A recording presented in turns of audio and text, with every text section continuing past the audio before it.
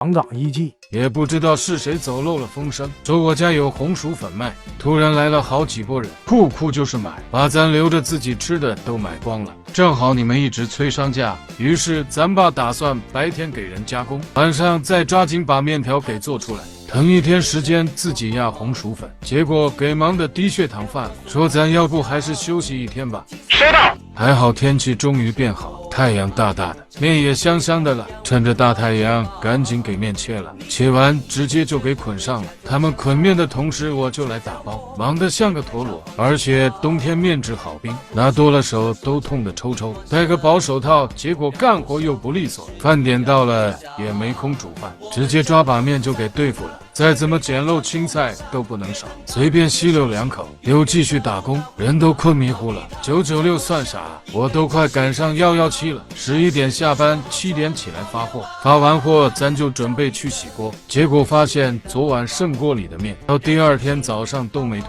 放锅里14个小时，一点都没坨。我的天哪，这么神奇吗？这我以后可有的吹了，咱大重庆的面就是牛，不光是我家的面，咱这边每家面房都有自己的特色，人就是宁愿快递也要把面带出去。老有人不理解为啥要在网上买面，他们买的不仅仅是面，而是记忆里家乡的味道。家乡在每个人的记忆里都有不同的味道，但相同的是对家乡深深的思念。